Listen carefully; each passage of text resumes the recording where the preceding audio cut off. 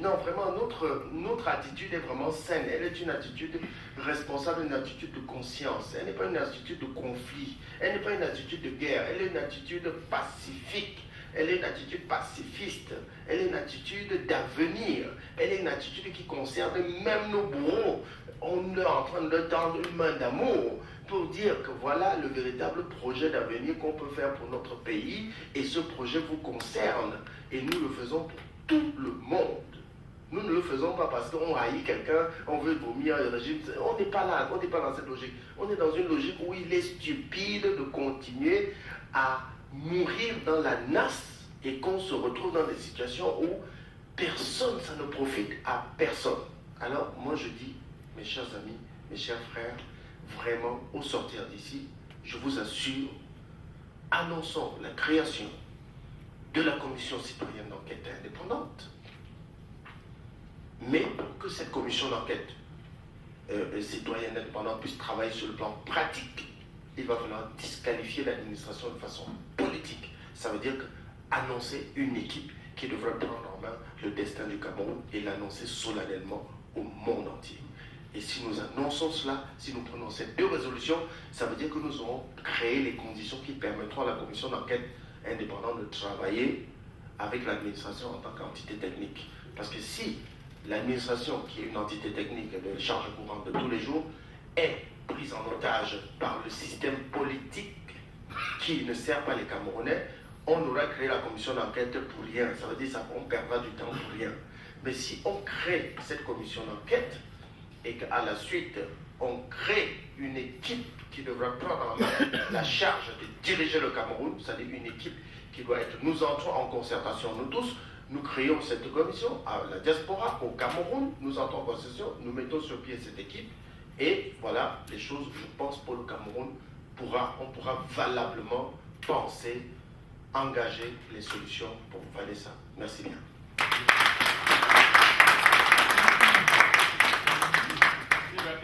Qui est venu du Mexique pour nous parler ici. Donc, je donnerai la parole à Thierry Abougou, qui est président de la Fondation Moumier. Après, ce sera à Mme Coco Ateba que nous avons l'honneur d'avoir ici. Elle est la présidente de l'ACPDH pour conclure. Mais avant cela, je voudrais vous demander de mettre juste quelques instants pour parler aussi d'un autre cas qui est aussi important et qui est lié, c'est écrit un même combat. Paul Rikingue, il y a Hubert qui est ici qui pourrait dire un mot. Vous avez sur les tables en fait un résumé de la situation, mais il pourrait juste dire un mot avant qu'on continue concernant le cas Paul Rikingue.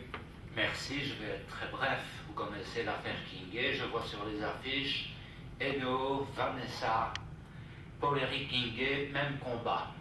Bon, apparemment, il n'y a aucun lien entre les trois affaires, mais en fait, ils sont tous les trois victimes d'une injustice flagrante. Ils revendiquent tous les trois des droits que tout citoyen d'un État de droit a le droit de revendiquer. Paul Rikingue se bat tout seul dans le fond de sa prison pour obtenir justice pour lui-même, pour obtenir justice pour des affaires de droit commun qui ont été inventées. En fait, vous le savez, son combat c'est contre la corruption. Il n'admet pas que le système qui rend les citoyens victimes, qui rend les citoyens à la fois coupables et victimes, et c'est bien ça comme on l'a écrit, la subtilité du système. Ce n'est pas normal que personne n'intervienne pour dire « Oh là, ça suffit maintenant, il faut remettre de l'ordre dans tout ça ». Vanessa a donné un grand coup de pied dans la fourmilière en dénonçant son cas personnel et par là même le trafic des bébés volés. Paul Rikingue a donné un grand coup de pied dans la fourmilière de la corruption et du système qui est d'un malsain épouvantable. Et voilà, ce sont deux victimes du système, je ne dirais pas d'un système politique, non, d'un système qui a été corrompus par des apparatchiks du pouvoir qui l'ont transformé en système mafieux qui ne subsiste que par la terreur, par la corruption, et auquel il faut mettre fin.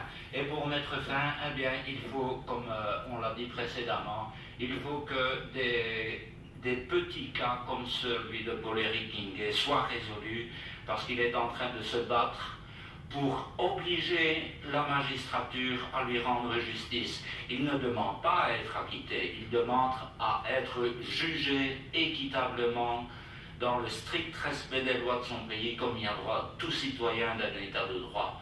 Et c'est pour ça que nous le soutenons, parce que nous croyons qu'une victoire dans son cas sera une ouverture pour d'autres victoires dans d'autres cas. Je vous remercie.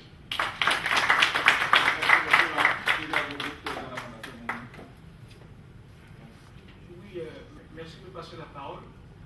Et je ne vais pas être long, je vais juste faire une petite remarque déjà par rapport à la gestion du temps.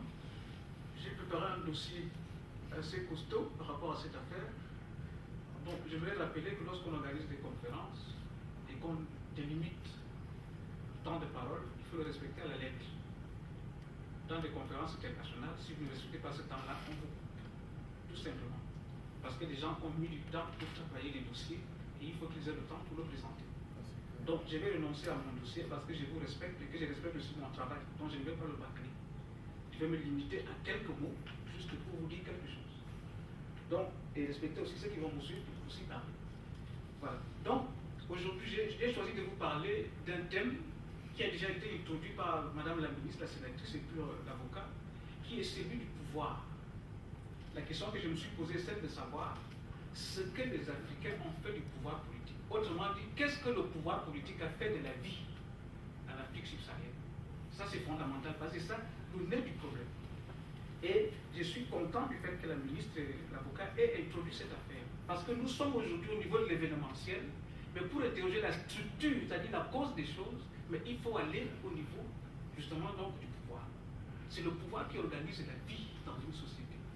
Et j'ai choisi ce thème, justement, déjà en regardant l'image qui se trouve là devant vous, je me suis dit, elle est intéressante. La ministre parlait du choc lorsqu'on a enlevé des enfants en Belgique, lorsque Dutroux a enlevé des jeunes filles violées et tuées. Je me suis rendu compte que dans cette image, il y avait un enfant à l'intérieur du Cameroun. C'était comme un Cameroun enceinte. Et je me suis dit, mais le Cameroun enfante. Le Cameroun enfante pourquoi? Parce que c'est un État qui, au sens du logique, a pour but de mettre en place des rites pour former des citoyens. Donc il enfante des citoyens. Mais ces enfants-là enfantent aussi du Cameroun de demain. Autrement dit, c'est grâce à leur réflexion, grâce à leur rôle de citoyen que le Cameroun de demain va exister.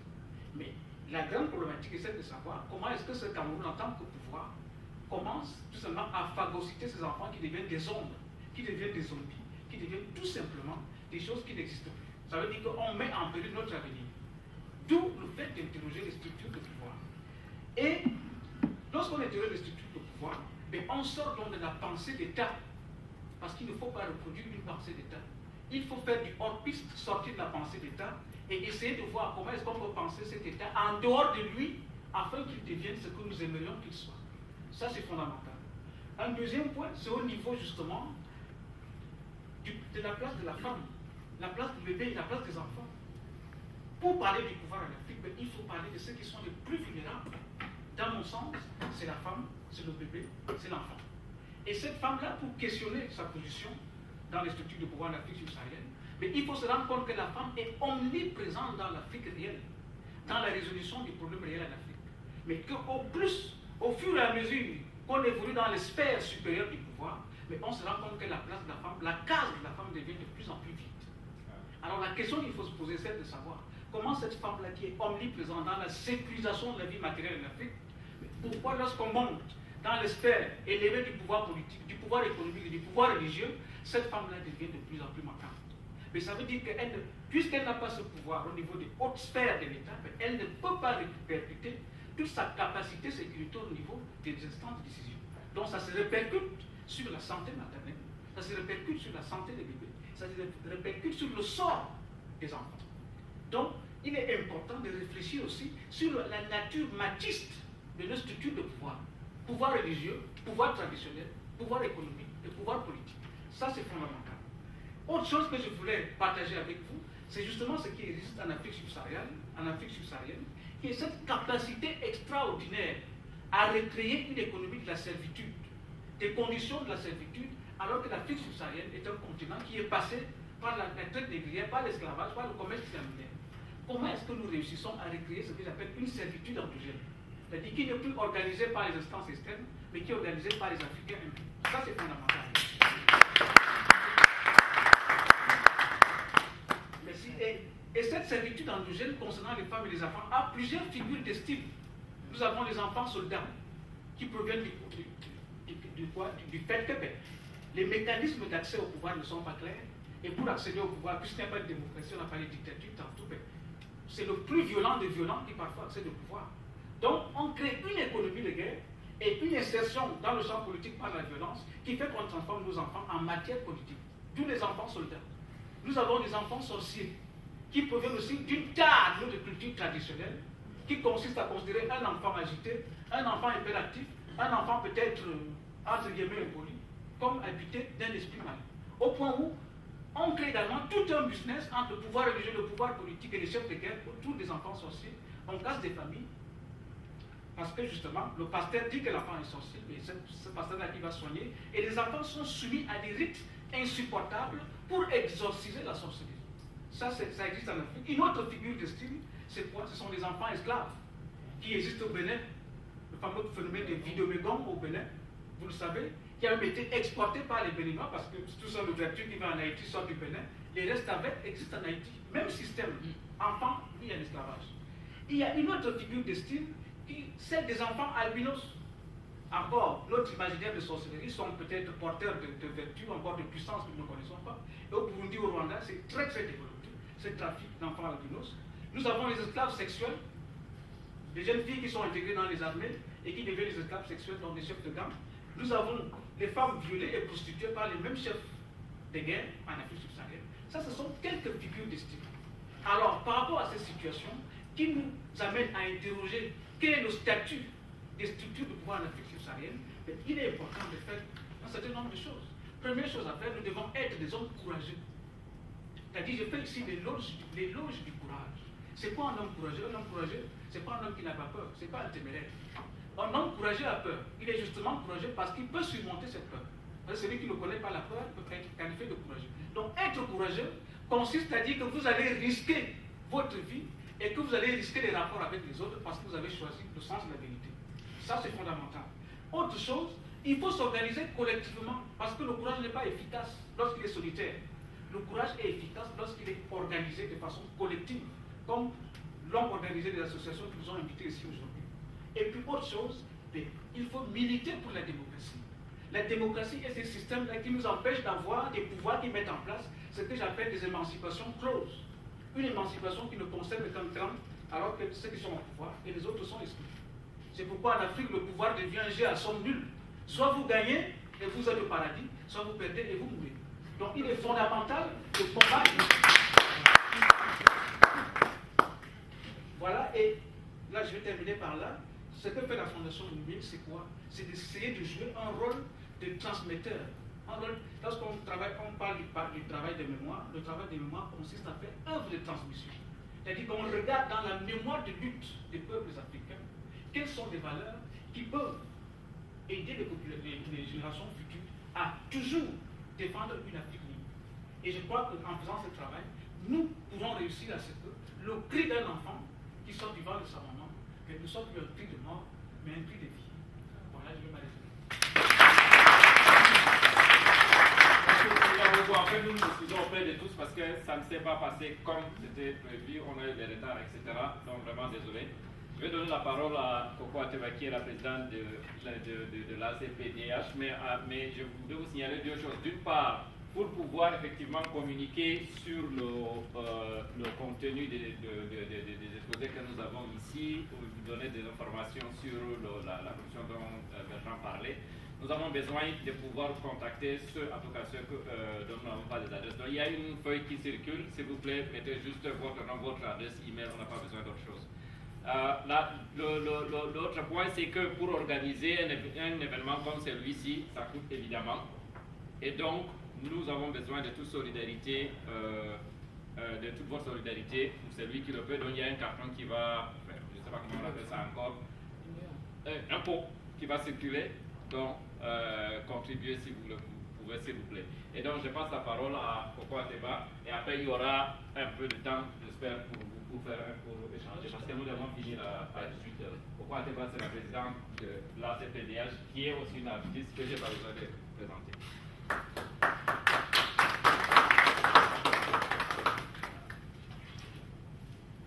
Bon, bonsoir à tous. Après toutes les paroles brillantes que j'ai entendues ici, des suggestions très intelligentes, je voudrais juste faire un petit retour sur cette affaire de Vanessa, juste pour vous préciser qu'on a eu d'autres cas depuis, on n'a pas eu le temps tellement d'en parler. Alors après Vanessa, il y a eu un autre cas, c'est le cas d'un jeune couple, Sébastien et Darlise Nkolo, qui ont, alors eux c'est très très simple, d'ailleurs l'avocat l'a dit tout à l'heure, c'est le cas c'est la figure de style du bébé congelé, c'est-à-dire que eux on leur a dit, votre bébé, on n'a jamais vu, au début il était un garçon, après il est devenu une fille, après il est devenu mort et on n'a jamais vu le corps. Bon. Et ces jeunes-là, on les a eu au téléphone et ils sont très paniqués parce qu'à Yaoundé, ils sont obligés de se cacher, donc c'est vraiment le système mafieux dont on a parlé tout à l'heure. C'est pas juste une dame qui en manque de bébé, qui, bon, poussée par une pulsion, va prendre le bébé d'une autre. C'est vraiment un système où il y a des gens qui passent une commande et qui disent, moi je veux un garçon, non, je préfère une fille, voilà. Et il y a des gens qui les menacent, voilà. Donc depuis quelques mois, ils sont vraiment obligés de changer à chaque fois de domicile. C'est important de le préciser. Parce qu'il y a des gens qui pensent que nous nous sommes mobilisés peut-être un peu trop, peut-être qu'on a trop parlé de cette affaire, peut-être que comme on n'est pas sur le terrain, on n'est pas très crédible. Mais c'est important de savoir que déjà la vie de leur bébé est menacée, mais leur propre vie est menacée aussi. Donc il y a quand même aussi dans nos actions l'idée qu'il va falloir prioritairement les aider d'une façon ou d'une autre. Et c'est pour ça que nous, à Paris, on s'est constitué en association pour être simple, pour être clair, pour que tous ceux qui veulent aider, qu'ils aient un cadre défini dans une association de loi 1901, c'est comme ça en France, c'est pas une organisation politique, c'est une association citoyenne et elle est ouverte à tous, quel que soit le domicile. Moi, j'habite en France, lui, le vice-président, il habite au Mexique. Ainsi de suite, voilà, on a des gens de tous horizons, donc vraiment, c'est aussi l'occasion pour dire que il y a eu, au début de cette affaire, il y a eu beaucoup de récupération politique. Ce n'est pas un reproche que je fais à certaines personnes, c'est normal. Quand on est un homme politique, on fait feu de tout bois, bon, voilà, sauf que bon, il faut l'assumer. Et donc, il faut que je précise ici que nous n'avons pas créé l'ACPDH contre quelqu'un. Nous n'avons pas créé la CPDH, par exemple, contre le docteur Foucault ou ses idées, ou non, simplement pour être plus efficace, pour être concret. Parce que Bertrand a dit tout à l'heure, comment on peut être concret. Alors, bon, moi je ne suis pas une femme politique, je n'ai pas encore l'intention de le devenir, mais si vous me proposez un poste, je ne dis pas non. Non, mais c'est juste pour vous dire qu'on n'est pas dans la politique. Bon, je sais que Bertrand a choqué quelques-uns là tout à l'heure avec sa proposition, mais sachez que vous êtes libre de faire vos propositions. L'essentiel ici, c'est qu'on avance. L'essentiel, c'est que nous soyons conscients que Camerounais ou pas, vivant au Cameroun ou pas, nous avons quand même le pouvoir d'agir, d'influer sur ce qui se passe chez nous. On envoie des Western Union pour ceux qui peuvent, on va en vacances, c'est bien. Mais quand même, au bout d'un moment, on est fatigué de lire les mêmes faits divers, les mêmes histoires sordides sur le Cameroun qui fait que s'enfoncer. Donc, à un moment, on se dit, mais qu'est-ce que je peux faire? Qu'est-ce que je dois faire?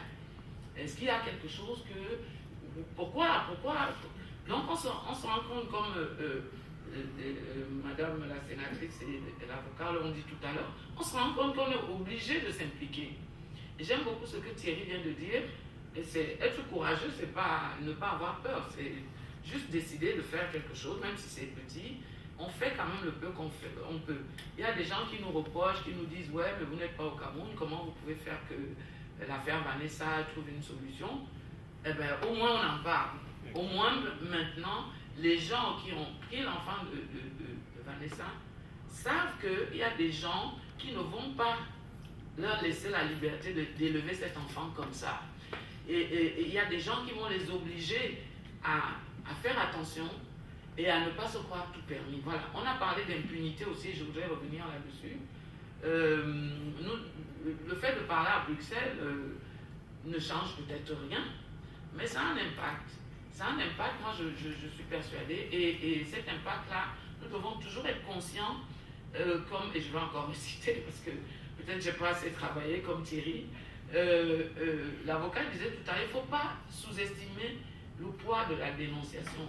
Chaque fois que nous parlons, chaque fois que Camer.be publie, sans faire de pub, des articles, chaque fois que le Comicodi fait un rapport, chaque fois que Mme Cathy Bébé publie quelque chose sur Internet, chacun d'entre vous, ça a un impact. Petit à petit, ça modèle quand même la façon de penser des gens.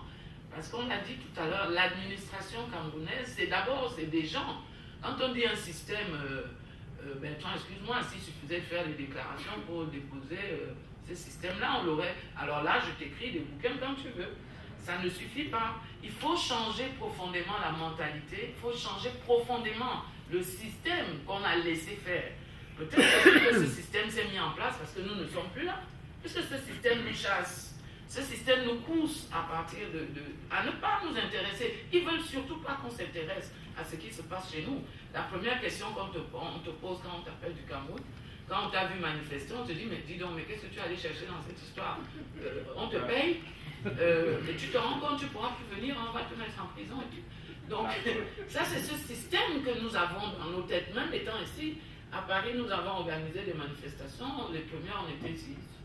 On était 7. Et ainsi de suite, on n'est pas plus nombreux, mais petit à petit, mais il y a quand même des gens après qui nous disent, ah oui, mais c'est bien, je suis avec vous, même si, bon, vous ne me voyez pas. Voilà, donc petit à petit, les gens, ils changent, ils comprennent qu'ils doivent défendre leur propre droit. J'aime beaucoup ce que Patty a dit tout à l'heure, que la sensibilisation, même si les idées aujourd'hui nous paraissent utopiques, elle est très importante parce que les gens eux-mêmes doivent savoir réclamer ce à quoi ils ont eu. Voilà, moi je vous remercie, je suis très contente, un peu fatiguée, mais je suis très contente d'être venue ici, vraiment. Je ne pensais même pas qu'on serait 10. Bon, donc c'est formidable, et tout ce qui a été dit est formidable aussi. Et puis je voudrais vraiment vous encourager tous, ne pas croire que tout seul on ne peut rien faire, non. Je recite Thierry. Alors, il a dit être un homme courageux, s'organiser collectivement et militer pour la démocratie et transmettre la mémoire à mot de temps vivant. Merci beaucoup. Voilà. Donc, on a 10 minutes. Ceux qui n'ont pas parlé, en fait, en gros, c'est la majorité. Donc, non, je n'ai pas besoin de ça parce que lui, il enregistre, je crois, mais il n'a pas besoin de me voir. Donc, vous pouvez intervenir. Pensez à être bref, 30 secondes. Et puis après, vous, même chose, 30 secondes parce que c'est 10 minutes en tout. Toi, tu as parlé, donc je commence à lui. Pensez à la priorité. Oui, merci. Bonsoir. Je suis Mondo Evariste. Je voudrais d'abord commencer pour le cas de Vanessa. Par rapport au cas de Vanessa, je suis vraiment choqué. Et puis, mon problème, la question que je veux poser est la suivante.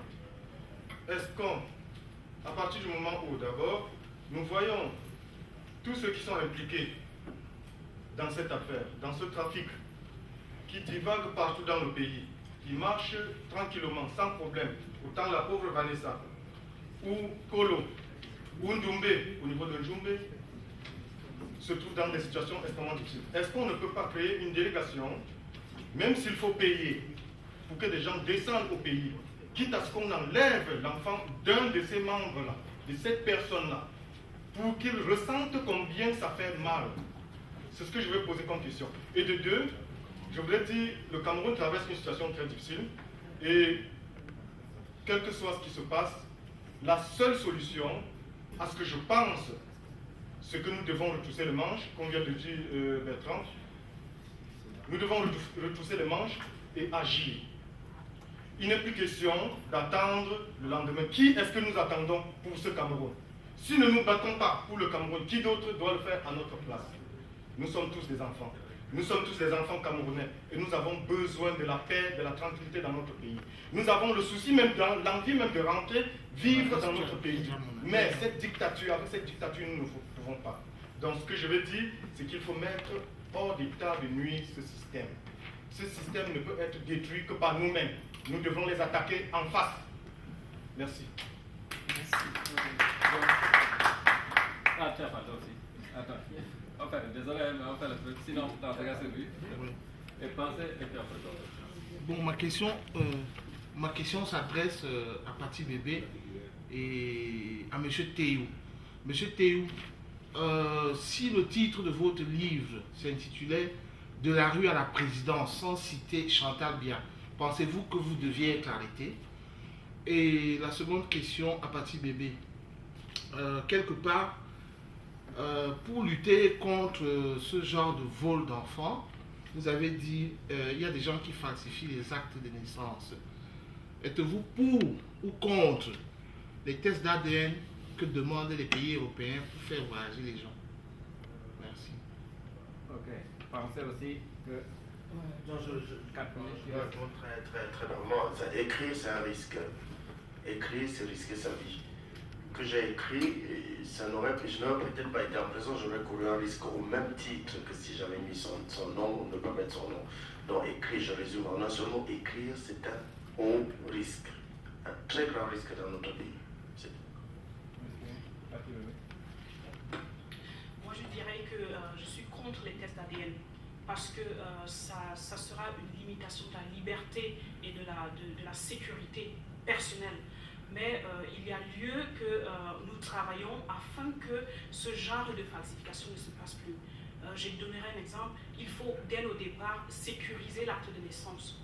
Et ça, c'est des propositions que nous devons malheureusement adresser au pouvoir, même si on sait qu'ils ne vont pas collaborer, mais nous devons les adresser. Parce que sécuriser l'acte de naissance est très important afin d'éviter effectivement que des actes soient falsifiés. Il y a une possibilité d'électroniser les actes et de leur accorder un numéro comme, par exemple, un reçu chèque, on appelle le numéro de naissance. Vous l'acquérez lorsque vous naissez et il est inchangeable parce que c'est dans les données sécurisées. Merci. Okay. Ma question s'adresse à monsieur Bertrand Théou. Je relis rapidement le thème de la conférence de trafic des nouveau-nés au Cameroun. Et je pense que chaque intervenant a parlé pour sa chapelle. Mais j'ai été un peu surpris parce que je me dis qu'aujourd'hui, c'est la CPDH, c'est une organisation, c'est une association, et M. Bertrand Théou a parlé en tant que leader d'opinion.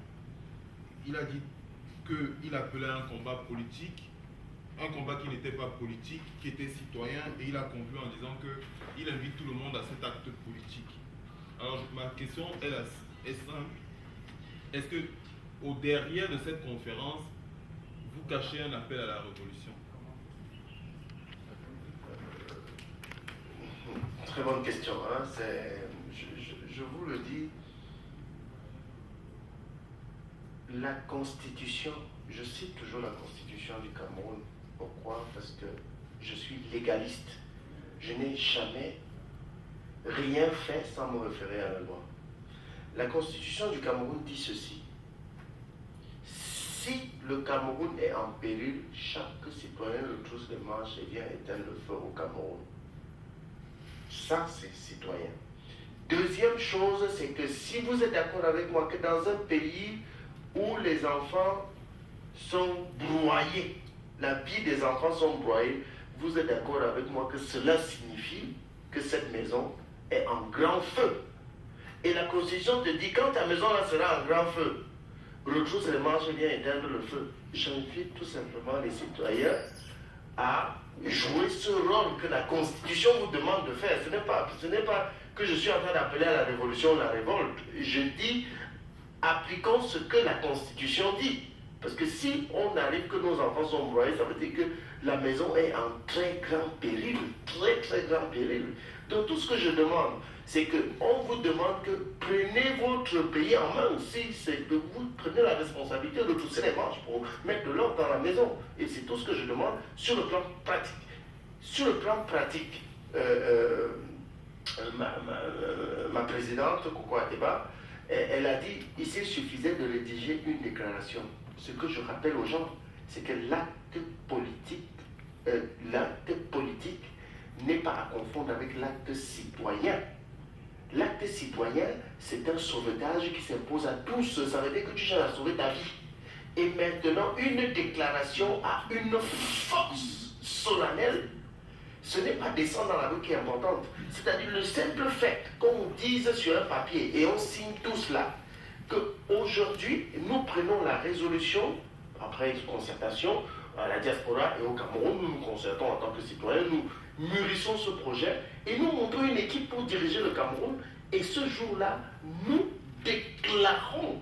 Et cette déclaration est d'abord un acte fort, parce que c'est d'abord l'idée qui commande les choses. Si vous avez l'idée, et l'idée est plus forte que même de passer à l'action. Un exemple imagé, vous nous ramenez au Mali alors. Non, excusez-moi, parce qu'on a un gros problème, c'est que cette salle, on dépasse d'une minute qui facture.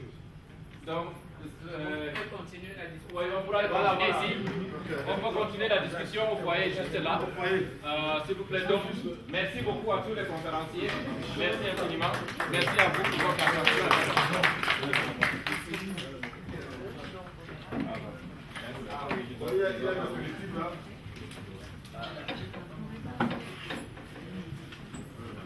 Je crois qu'il faut appeler à la révolution.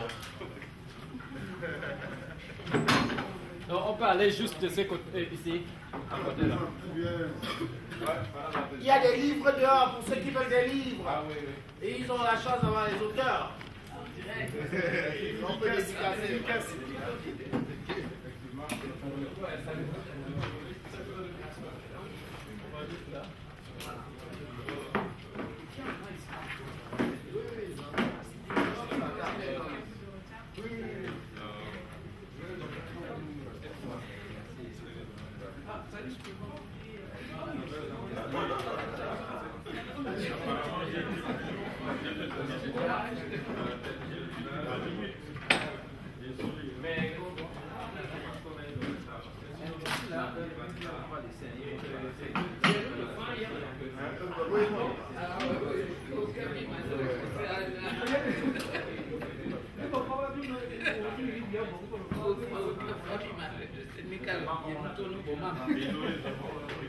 Quand tu commences à parler, ça passe sur le monde, tu oublies quoi.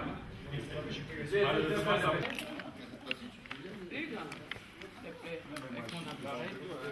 Je vais te donner. Ouais, mais je peux faire quand même avec mon appareil. Tu peux voir directement à la maison. Tu m'as vu? Oui. Voilà, il veut se cacher. Ah, Libère, on voulait t'avoir. Il veut se cacher. Vous m'avez vu? Ah non, Libère, on n'est pas d'accord, Libère. Bien, allez. Mais oui, allez. Attends, je me mets à côté de Coco. Oui, on choisit tout de suite les artistes là. Bah oui, c'est Non, non, je ne pas Hubert. par la masse. Tu l'as bien vu. C'est l'élégance camerounaise. Tu appuies juste au milieu. Oui. Voilà. Ça n'a pas l'air comme ça, mais merci. Merci. Bon, bah, alors moi je vais te faire dernière. Voilà.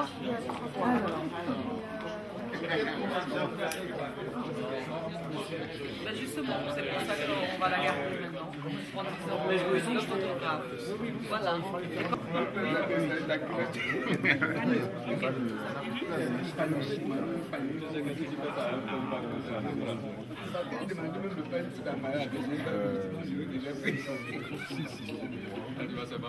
Alors le grand frère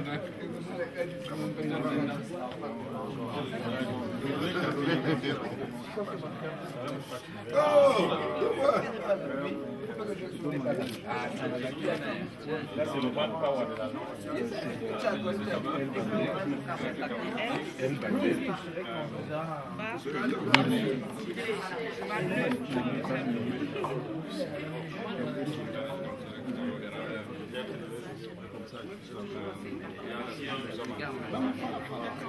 Daniel, avec le feu Daniel.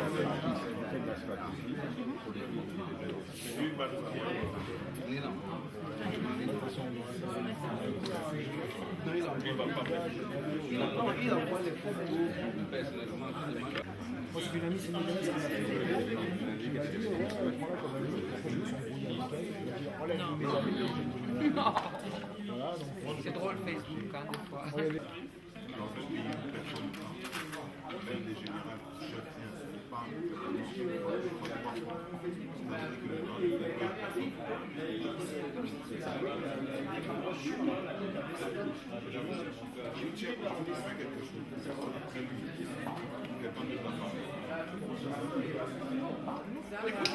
C'était le Doux Paradis pour l'Asbel Téléspi, Solidarité Paradisiaque Internationale.